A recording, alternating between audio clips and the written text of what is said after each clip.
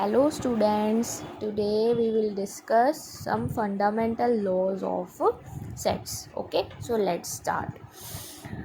First law is idempotent law. Idempotent law क्या है? A union A is equal to A और A intersection A is equal to A. ये true है ना. किसी भी सेट का यूनियन अगर अपने साथ ही करोगे तो क्या मिलेगा? वही सेट मिल जाएगा. और किसी भी सेट की इंटरसेक्शन अगर अपने सेट के साथ ही करोगे तो क्या मिलेगा? वही वाला सेट मिल जाएगा. ठीक है. फिर आते हैं आइडेंटिटी लॉज. अब देखो, किसी भी सेट का यूनियन हम किसके साथ करें कि मेरे को फिर से वही सेट मिल जाए? फाइव है ना. ए यूनियन फाइव करोगे तो क्या मिल जाएगा हमें? ए. और इंटरसेक्शन, किसी भी सेट का इंटरसेक्शन कौन से सेट के साथ करें कि वापस से वही सेट मिल जाए, और वो हर केस के लिए ट्रू होना चाहिए ना. तो क्या मिलेगा हमेशा? Universal set. किसी भी सेट की इंटरसेक्शन यूनिवर्सल सेट के साथ करेंगे तो हमें वापस से वही सेट मिल जाएगा. ठीक है. इसकी एग्जांपल भी देख सकते हो आप. जैसे मैं ले लूँ यूनिवर्सल सेट 1 2 3 और ए ले लिया 1 2. ए इंटरसेक्शन यू करो ज़रा फटाफट. क्या आएगा? 1 2 किसके इक्वल है? ए के इक्वल. ठीक है. सो ये हैं हमारे आइडेंटिटी लॉज. फिर आते हैं कॉम्यूटेटिव लॉज. कॉम्यूटेटिव लॉज क्या है? A union B is equal to B union A और A intersection B is equal to B intersection A. Means जैसे मर्जी चाहे ए यूनियन बी कर लो या बी यूनियन ए करो, आंसर तो क्या आना है? सेम ही आएगा. फिर है fourth associative laws. Associative laws क्या है? ए यूनियन एसोसिएटिव जब भी वर्ड आता है तो हमेशा जैसे तीन सेट्स आ जाएंगे इसमें, है ना. तीन सेट्स आ गए तो मतलब कौन से मर्जी दो सेट्स आप पहले उनका यूनियन कर लो, फिर थर्ड के साथ कर लो, आंसर क्या आता है? सेम आता है. और इसको हम क्या बोलते हैं? Associative law. सिमिलरली इंटरसेक्शन के केस में ए इंटरसेक्शन ब्रैकेट में बी इंटरसेक्शन सी, या पहले ए इंटरसेक्शन बी बाद में सी के साथ इंटरसेक्शन. फिर है distributive laws. Distributive laws A union B intersection C is equal to A union B intersection A union C. अब इसको ना आप ऐसे याद रख सकते हो, जैसे यूनियन को मान लो डॉट है और इंटरसेक्शन को मान लो प्लस है. तो नॉर्मली आप अगर ये ऐसे प्लस करना हो तो कैसे करते हो? 2 इंटू 3 प्लस 2 इंटू 5. तो सिमिलर लिखो, वही पैटर्न फॉलो हो रहा है. A union B intersection A union C. तो इसको आप ऐसे भी याद रख सकते हो. ये बड़ा ही इम्पोर्टेंट है लॉ. बहुत सारे सम्स में हम यूज़ करेंगे. ठीक है. फिर next A intersection B union C, उसका भी सेम पैटर्न वैसे ही. A intersection B union A intersection C. फिर De Morgan's law, very very important. ठीक है. De Morgan's law, A union B complement is equal to A complement intersection B complement, और A intersection B का whole complement होता है किसके इक्वल? A complement union B complement. ठीक है. इसकी भी एग्जांपल देख लो. एक ए है 1 2 3, बी अगर है 1 2 और यूनिवर्सल सेट ले लो 1 2 3 4. ए यूनियन बी कितना आएगा? ए यूनियन बी आ गया 1 2 3. फिर ए यूनियन बी का कॉम्प्लीमेंट क्या आएगा? 4. ठीक है. अब निकाल लो A complement union B complement. A complement क्या आना है? 4. Union B complement, sorry intersection आएगा ना इधर, इंटरसेक्शन, और इधर आएगा 3 4. तो इसका इंटरसेक्शन क्या आ जाएगा? 4 के इक्वल. वेरीफाई हो रहा है. बस ये है हमारे डी मॉर्गन्स लॉ. इसके अलावा भी कुछ रिजल्ट्स हैं. B minus A is equals to B intersection A complement. ठीक है. फिर A minus B union C is equal to A minus B intersection A minus C. फिर A minus B intersection C is equal to A minus B union A minus C. ठीक है. ये हो गए हमारे सारे रिजल्ट्स. अब हम आज कुछ क्वेश्चंस करते हैं. फर्स्ट क्वेश्चन है, prove that B is a subset of A union B. ठीक है, क्या प्रूफ करना है मेरे को, B subset A union B का। अब हमें सबसेट की डेफिनेशन पता है, बी ए यूनियन बी का सबसेट होने का मतलब क्या है, every element of B should belong to A union B. ठीक है, बट हमें अब बी एलिमेंट्स पता नहीं है, ए के एलिमेंट्स पता नहीं है, तो फिर ऐसे तो हम नहीं देख सकते। फिर हम कौन से वाली डेफिनेशन फॉलो करेंगे, हमने एक ये डेफिनेशन देखी थी सबसेट की, क्या थी, if X belongs to A implies X belongs to B then we say A is a subset of B. तो यहाँ पे भी हम ऐसे ही प्रूफ करेंगे। अब मेरे को क्या प्रूफ करना है, बी सबसेट है ए यूनियन बी का।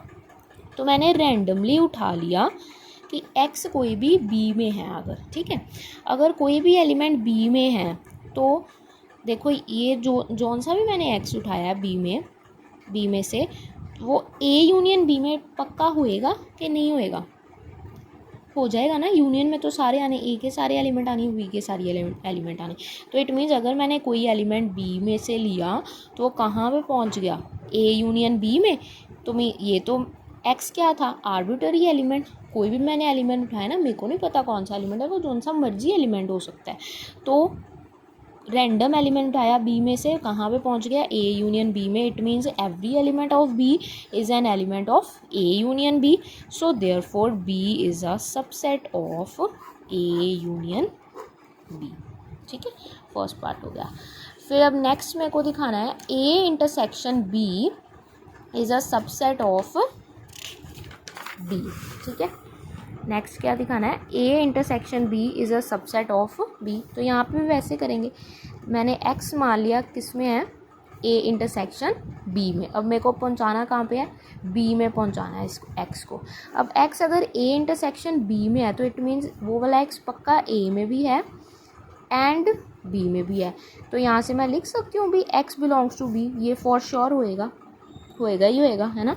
तो देखो x मैंने लिया कहाँ में से, किस में से था, a इंटरसेक्शन b में से, पहुँच कहाँ पे गया, b पे। तो it means every element of a intersection b is an element of b, so it means a intersection b भी क्या हो गया, सबसेट b का। ठीक है, अब सेकेंड हो गया। थर्ड क्या है, थर्ड प्रूफ करना है आपको, b intersection a, oh sorry, b is a subset of a if and only if a intersection b is equal to b।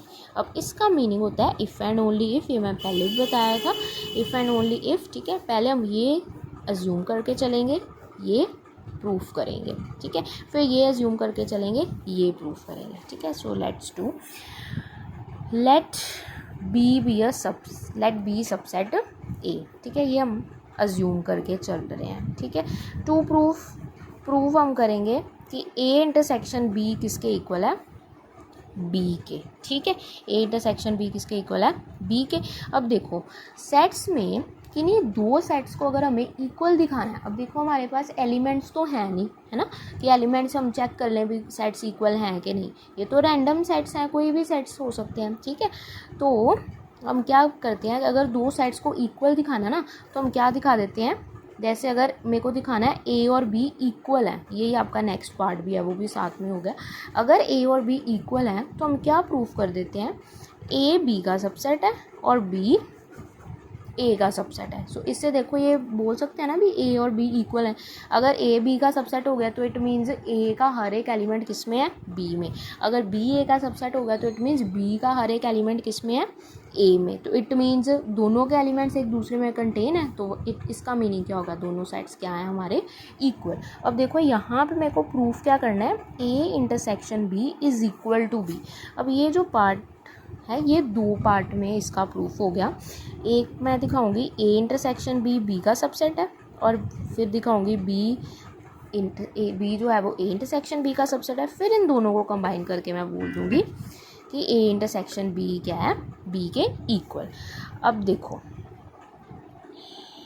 अभी हमने ये ऊपर प्रूफ करा ए इंटरसेक्शन बी का सबसेट। ठीक है, तो ये तो डन प्रीवियसली। ठीक है, अब मेरे को जस्ट ये दिखाना है कि बी क्या है, ए इंटरसेक्शन बी का सबसेट। तो ये मैं प्रूफ करती हूँ, मैंने एक्स मान लिया बी में है।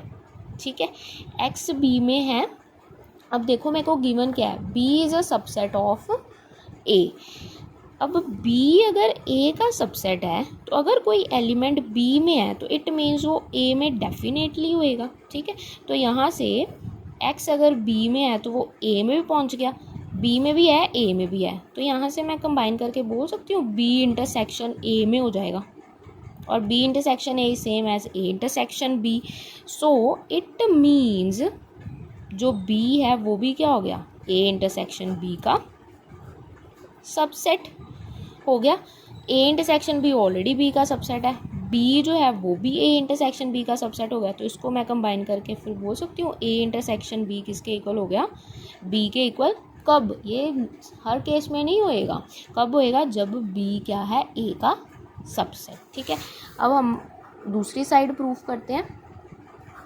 ये अब हम मान के चलेंगे कि A इंटरसेक्शन B क्या है, B के इक्वल है, ठीक है। अब मेरे को दिखाना क्या है, B जो है वो A का सबसेट है, ओके।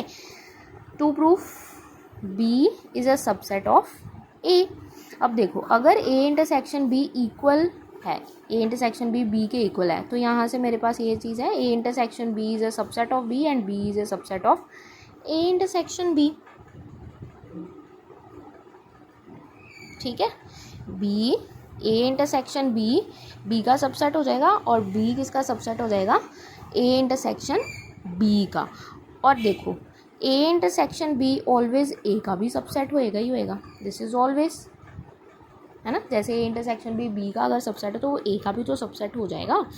तो यहाँ से हम ये बोल सकते हैं अभी B जो है A का सबसेट हो जाएगा, बड़े आराम से बोल सकते हैं, ठीक है। तो B क्या हो गया, A का सबसेट, दैट्स इट। दोनों साइड्स प्रूफ होगी, ठीक है। अब फोर्थ था वो बड़ा इजी है, A is equal to B if and only if A is a subset of B and B is a subset of A। ये तो जस्ट लैंग्वेज ही लिखनी है आपने। देखो अगर A B का सबसेट है और B A का सबसेट है तो वो ऑब्वियसली दोनों साइड्स इक्वल हो जाएंगे, और अगर A और B इक्वल है तो फिर डेफिनेटली A B का सबसेट होएगा और B A का सबसेट पक्का होएगा ही होगा, इनफैक्ट वो तो इक्वल ही है, ठीक है। Thank you.